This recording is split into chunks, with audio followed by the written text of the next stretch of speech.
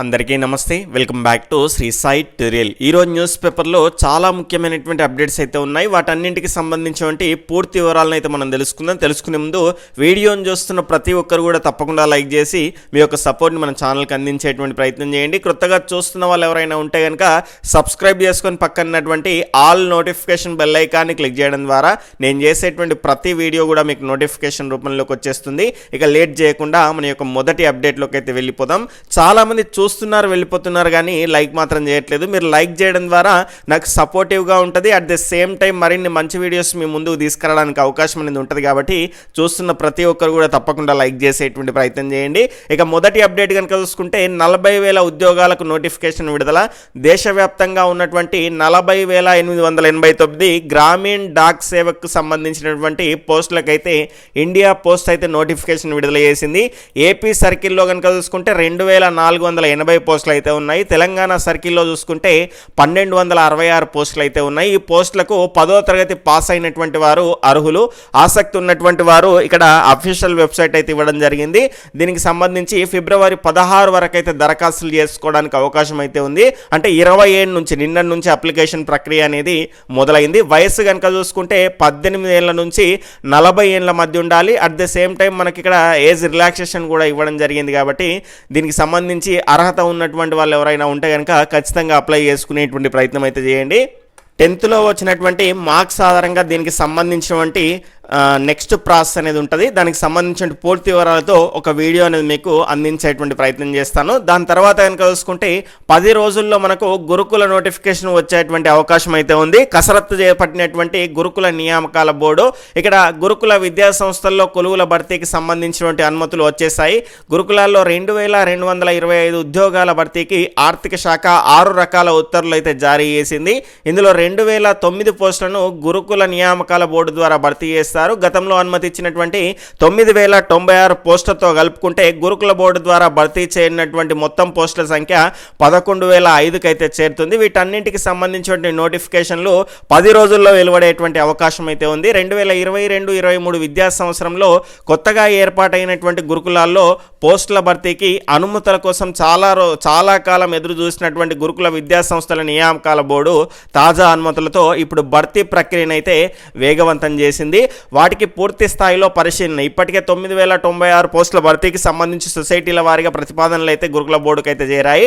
వీటికి సంబంధించినటువంటి పోస్టుల రిజర్వేషన్లు, రోస్టర్ తదితర పూర్తి సమాచారానికి సంబంధించినటువంటి అంశాలు పూర్తి స్థాయిలో పరిశీలన చేసి నిర్ధారణ అయితే చేసుకుంది. తాజాగా 2,009 పోస్టులకు సంబంధించి మహాత్మా జ్యోతిబాపులే తెలంగాణ వెనుకబడినటువంటి తరగతుల సంక్షేమ గురుకుల విద్యా సంస్థల సొసైటీ, తెలంగాణ గురుకుల విద్యా సంస్థల సొసైటీలు ప్రతిపాదనలు సమర్పించాల్సి ఉంది. వీటికి సంబంధించినటువంటి ఇండెంట్లు 1-2 రోజుల్లో గురుకుల సొసైటీకి చేరేటువంటి అవకాశం అయితే ఉంది. ఆ తర్వాత వాటిని పరిశీలించాక వరుసగా ప్రకటన జారీ చేయనట్లయితే గురుకుల నియామక బోర్డు వర్గాలు అయితే చెప్తున్నాయి. ఇక ఎక్కువ సమయం అయితే పట్టదు. అడ్డంకిగా ఉన్నటువంటి పోస్టులకు సంబంధించి మనకైతే ఆర్థిక శాఖ ఆమోదం నిన్న తెలిపింది. కాబట్టి ఇక ఎలాంటి ఇబ్బంది ఉండదు. ఖచ్చితంగా 10 రోజుల్లో దీనికి సంబంధించిన నోటిఫికేషన్ అయితే మనం చూడొచ్చు. దాని తర్వాత కనుక చూసుకుంటే ఇప్పుడు ఏ పోస్టులకు ఇచ్చారు ఆ రకమైనటువంటి అంశాలు మనం తెలుసుకుందాం. ఇక్కడ మరో 2,391 కొలువులు అంటూ మనకు బీసీ సాధారణ గురుకులాల్లో 2,225, దాని తర్వాత సమాచార, దాని తర్వాత పౌర సంబంధ శాఖలో కనుక చూసుకుంటే 166 పోస్టులు అయితే ఉన్నాయి. పోస్టులకు అనుమతులు మంజూరు చేసినటువంటి సర్కారు.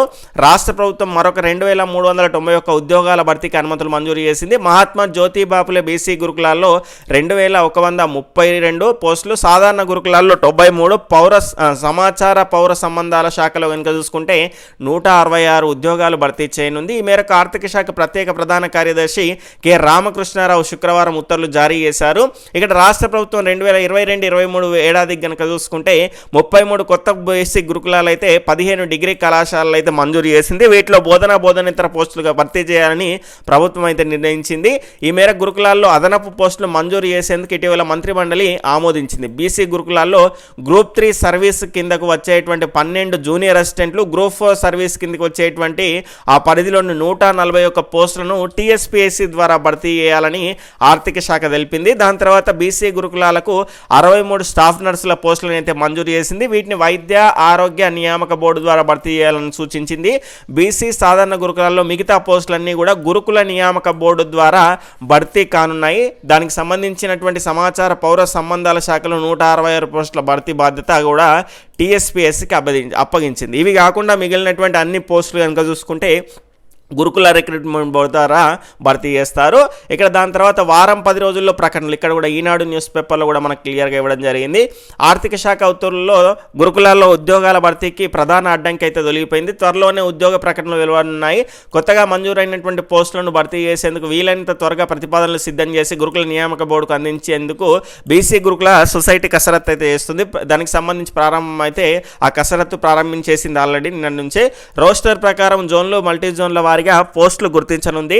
ఈ ప్రక్రియను వారం 10 రోజుల్లో పూర్తి చేసి ప్రతిపాదనని గురుకుల నియామక బోర్డుకు అయితే అందించనుంది. కొత్త కొలువులతో గురుకుల నియామక మండలి భర్తీ చేయనటువంటి పోస్టుల సంఖ్య కనుక చూసుకుంటే 11,105కు అయితే పెరగడం జరిగింది. గతంలో 9,000, ఇప్పుడు కొత్తగా వచ్చినటువంటి పోస్టులను కలుపుకుంటే మొత్తంగా 11,105 పోస్టులకు అయితే పెరగడం జరిగింది. ఇందులో అత్యధికంగా బీసీ గురుకులాల్లో 5,786 ఉద్యోగాలు అయితే ఉన్నాయి. ఎస్సీ గురుకుల సొసైటీలో కనుక చూసుకుంటే 2,267, ఎస్సీ గురుకుల సొసైటీలో 1,517, ఇక్కడ మైనార్టీ గురుకులాల్లో 1,445, సాధారణ గురుకుల సొసైటీలో 93 పోస్టులు అయితే ఉన్నాయి.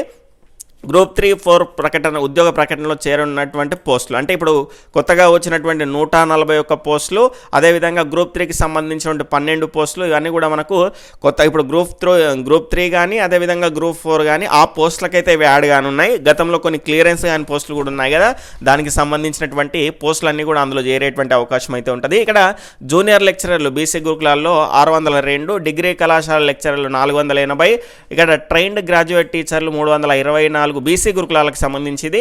తర్వాత పోస్ట్ గ్రాడ్యుయేట్ టీచర్ పీజీటీకి సంబంధించి కనుక చూసుకుంటే 235, సాధారణ గురుకులాల్లో 85. ఈ రకంగా మీకు ఈ పట్టిక అయితే చూసుకోండి కావాల్సిన వాళ్ళు. దాని తర్వాత మిగిలినటువంటి పోస్టులు అయితే ఈ రకంగా ఉన్నాయి. ఇక ఎక్కువ సమయం అయితే పట్టదు, మొత్తంగా మనకైతే ఆ అడ్డంకిగా ఉన్నటువంటి పోస్టులకు అనుమతి వచ్చేసింది కాబట్టి ఇక ఎలాంటి ఇబ్బంది అనేది ఉండదు. వీలైనంత త్వరగా 10 రోజుల్లో మనకు నోటిఫికేషన్ వచ్చేటువంటి అవకాశం అనేది ఉంటుంది కాబట్టి ఇదే విధంగా మిగిలింది ఏదైనా ఉంది అంటే అది డిఎస్సి నోటిఫికేషన్. ఈ బదిలీల ప్రక్రియ కాగానే దానిపైన కూడా కాన్సన్ట్రేషన్ చేస్తారు కాబట్టి ఖచ్చితంగా మీ యొక్క ప్రిపరేషన్లో మీరు నిమగ్నం అయ్యి ఉండేటువంటి ప్రయత్నం అయితే చేయండి. ఇప్పుడు చాలామంది కనుక చూసుకుంటే నోటిఫికేషన్ కోసం ఆలోచించని వాళ్ళు గురుకులకు సంబంధించి కంప్లీట్గా ప్రిపేర్ అయ్యేసి వాళ్ళు నోటిఫికేషన్ కోసం ఎదురు చూస్తున్నారు. నోటిఫికేషన్ వచ్చిన తర్వాత హాయిగా రివిజన్ చేసేసుకొని ప్రాక్టీస్ క్వశ్చన్స్ చేసుకుంటా హాయిగా ఉంటారు వాళ్ళు. ఇప్పుడిప్పుడే మొదలుపెట్టిన వాళ్ళకి ఎంత టెన్షన్గా ఉంటుంది ఇప్పుడు. కాబట్టి అదే విషయాన్ని మీరు గుర్తుపెట్టుకొని డిఎస్సి నోటిఫికేషన్ కోసం ఎదురు చూడకుండా ఆ డిఎస్సి సిలబస్ పైన మీరు కాన్సన్ట్రేషన్ చేసేటువంటి ప్రయత్నం అయితే చేయండి. ఇక 50,000 మంది ఉపాధ్యాయులకు బదిలీ వరకు రాష్ట్ర ప్రభుత్వంలో కనుక చూసుకుంటే సగం మంది బదిలీ కానున్నారు. దాదాపు ఉపాధ్యాయుల్లో సగం మంది బదిలీ కానున్నారు. 26,000 పాఠశాలలో సుమారు 1,04,000 మంది అయితే పనిచేస్తుండగా వాళ్ళు 50,000 మందికి అయితే బదిలీ అవుతుందని విద్యాశాఖ వర్గాలు అయితే చెప్తున్నాయి. ఉపాధ్యాయుల్లో తప్పనిసరి బదిలీ కిందే 25,000 మంది అయితే ఉన్నారు. ఒక పాఠశాలలో 8 ఏళ్ల సర్వీస్ పూర్తి చేసినటువంటి ఉపాధ్యాయులు 5 ఏళ్ల సర్వీస్ పూర్తయిన ప్రధాన ఉపాధ్యాయులను తప్పనిసరిగా బదిలీ చేస్తారు. ఇక్కడ దీనికి సంబంధించినటువంటి సమాచారం అంతా చూసుకోవచ్చు.